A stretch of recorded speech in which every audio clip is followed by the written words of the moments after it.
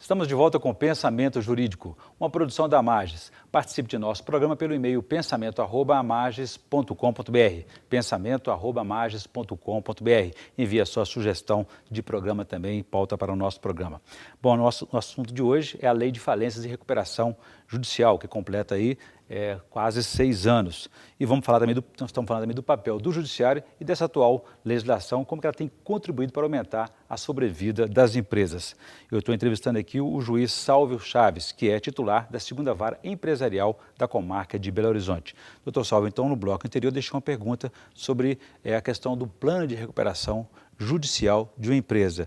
A empresa funciona normalmente depois de aprovado naturalmente esse plano de recuperação entre judiciário, credores, acionistas, ela funciona normalmente e se ela não cumprir esse plano no período estabelecido?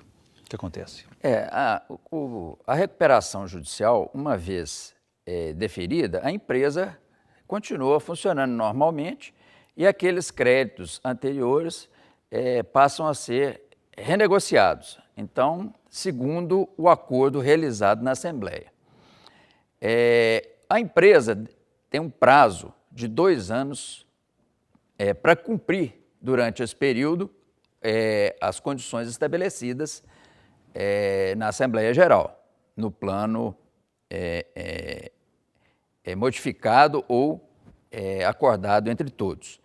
Se durante esse período de 2 anos a empresa descumprir o que restou acordado, pode ser convolada em falência a recuperação judicial.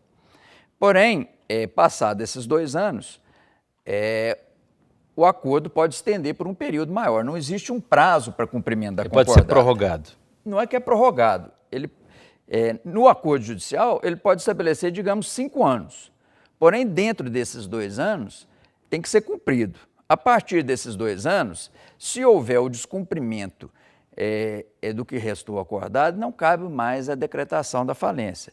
E sim, o credor poderá lançar mão do que ficou acordado mediante um título judicial e executar singularmente a empresa por aquele valor.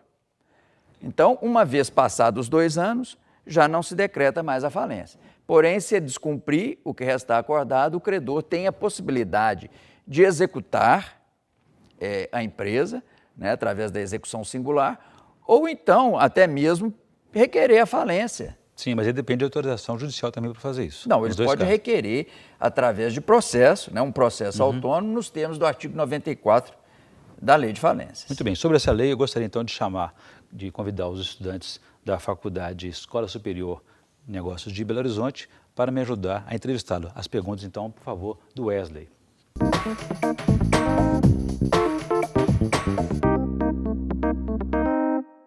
Eu gostaria de saber se as instituições financeiras, se elas podem falir e se elas estão sujeitas à Lei 11.101 de 2005.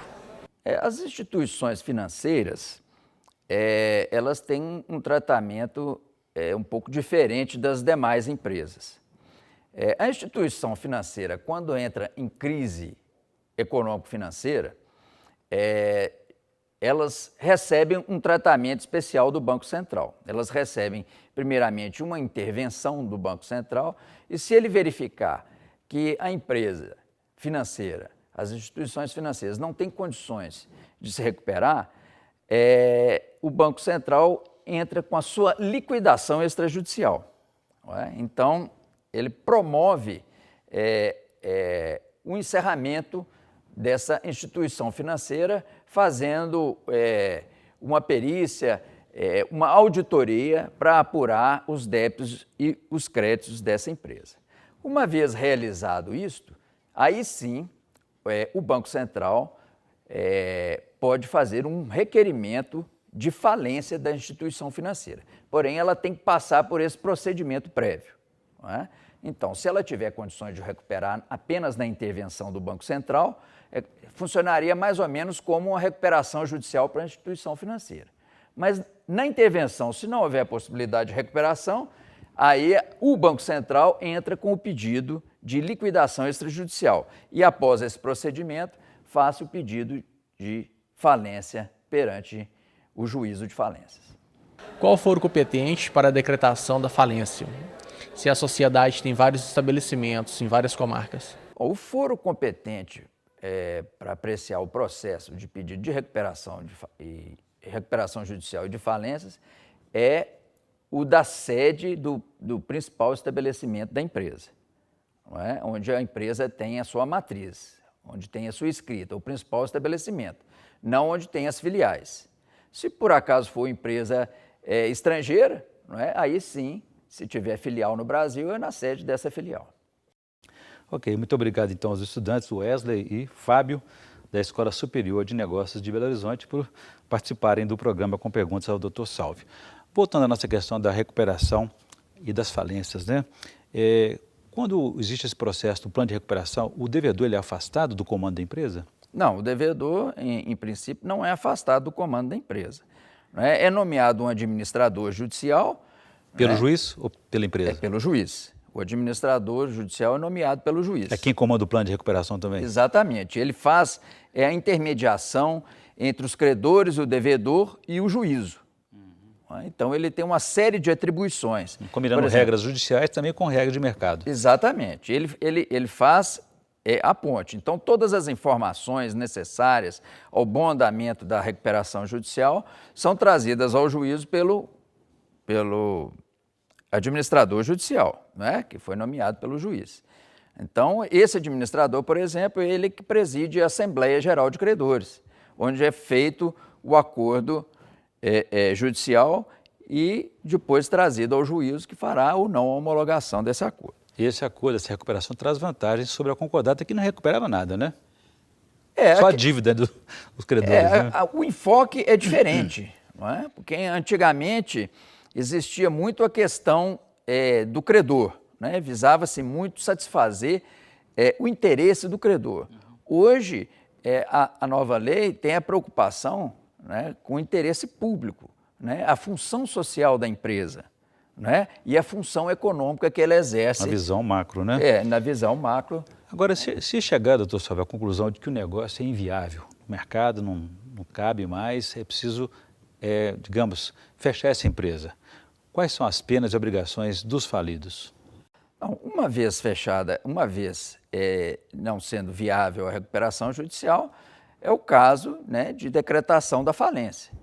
E a empresa, neste caso, responde com os credores com o seu ativo. É feita a apuração do ativo para pagamento dos credores.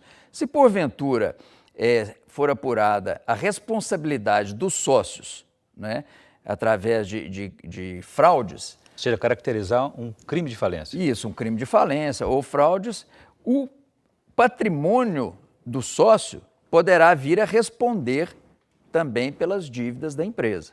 Então, ele passa a ser um devedor solidário, né, e terá que arcar com o patrimônio pessoal para o pagamento dos credores. Quais são as prioridades desses pagamentos?